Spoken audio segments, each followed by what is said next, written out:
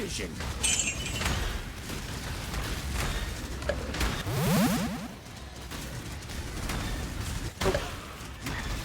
Gotta watch out for ship damage, but it's not gonna be as... Wow, that explosion.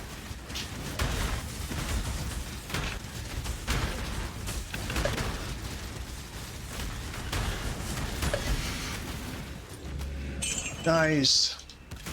Hey guys, once again Chains of Command proves, at least to me, that it's one of the easiest minion builds and probably the most flexible, because you essentially choose the weapon that you want to give to your Animate Guardian's weapons, which then it copies, and then it can summon up to 14 of them. And each time I do Chains of Command I try to use something else, and this time I am going with the Cane of Kulemak because it now has new modifiers which allows minions to explode enemies. This build is very easy to play, very simple, it's very zoomy with the shield charge, very good clear speed because of the exploding modifier.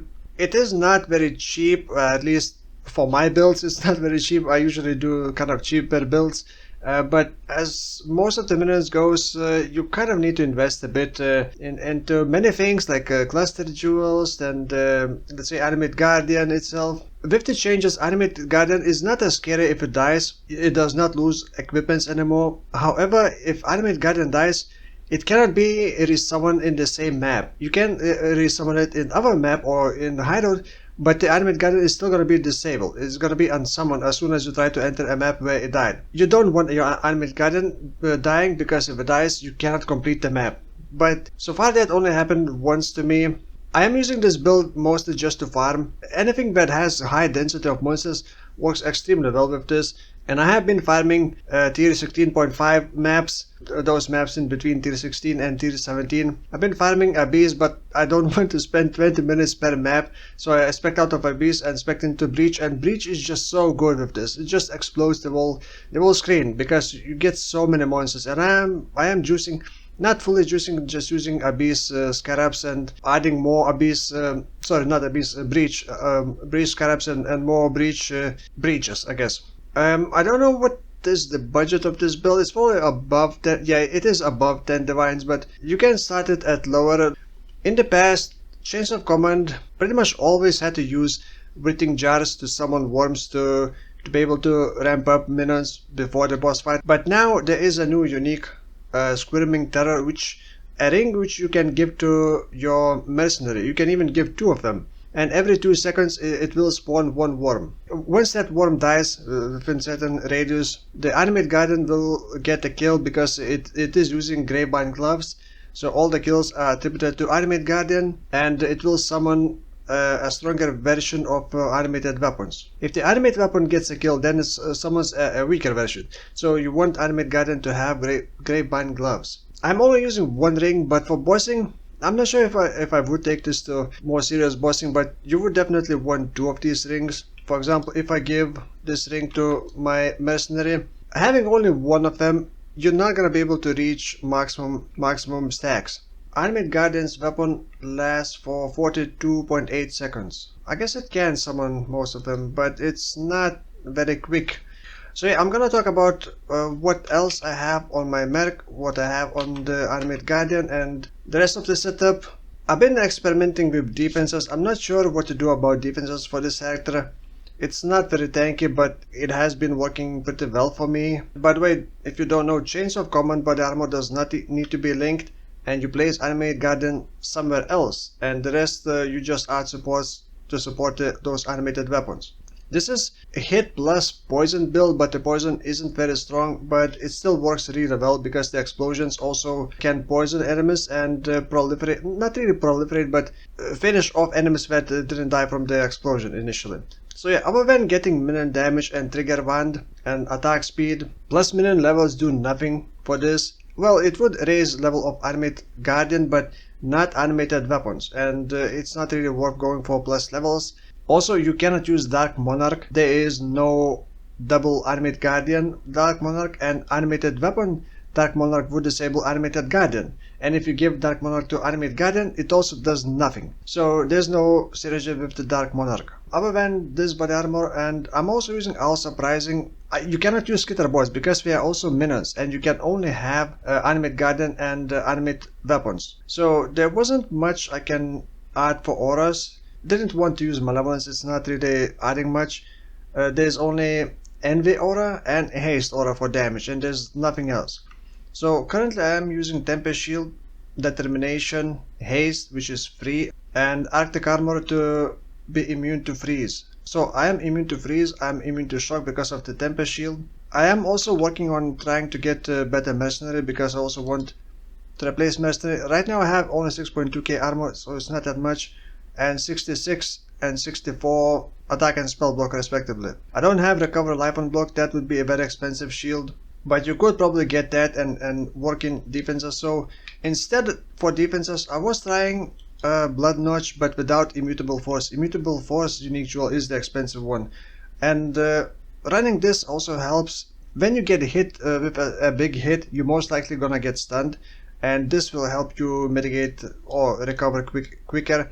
I was also going with this stun mastery, but I'm not really sure if it's worth it, so I respect out of it and just spec into more chaos rest. And corrupted blood immunity is very useful because sometimes you can be affected by corrupted blood because of the explosions and poison, and the rest is just pure chaos. So Unholy Might gives them full conversion into chaos and Wither on hit, and then just typical minion cluster jewel with the effect and attack and cast speed. And then blessed rebuff I think is pretty worth getting.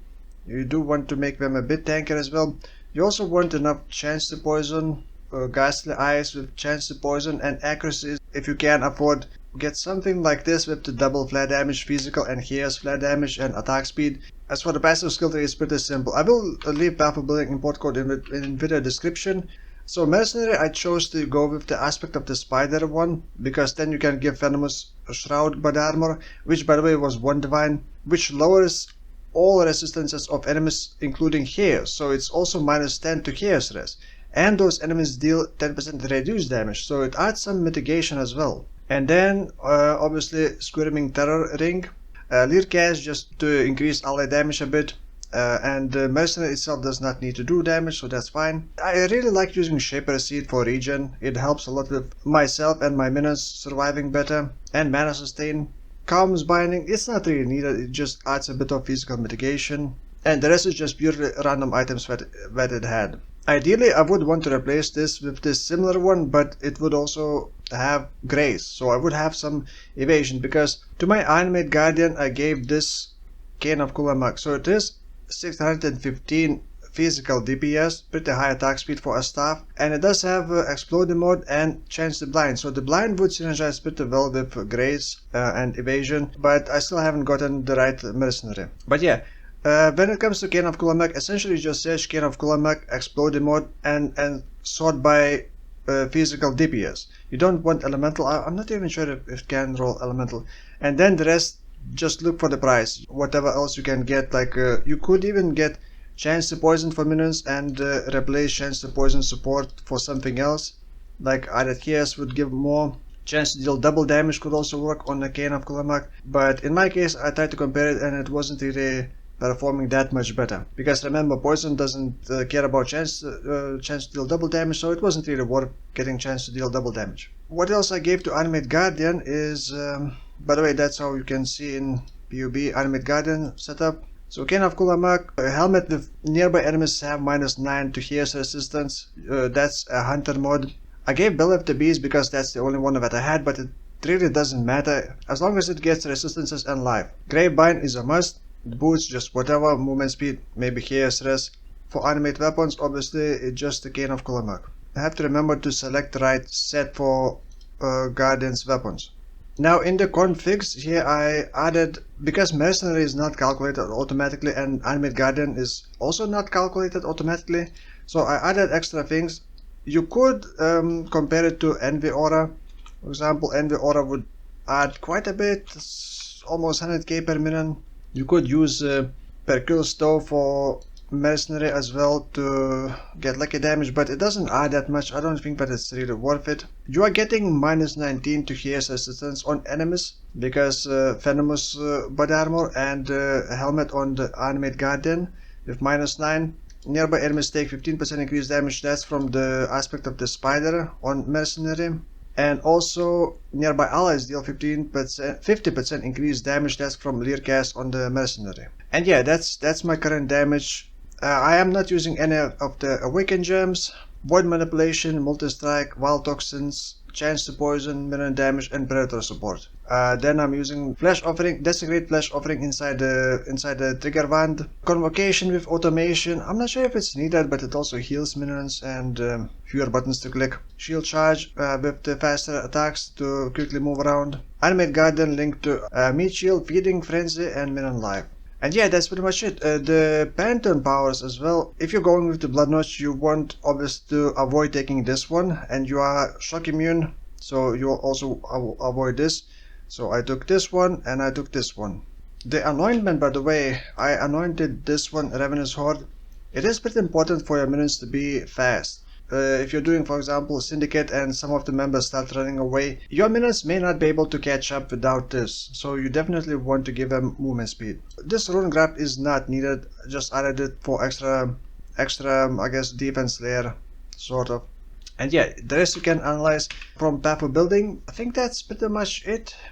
I will be playing this build for I think one more day and then start working on some new build, but I think I still got 2 more builds left before I take a break from streaming and YouTube. So for now, thank you for watching, and I will see you in the next one. Bye bye.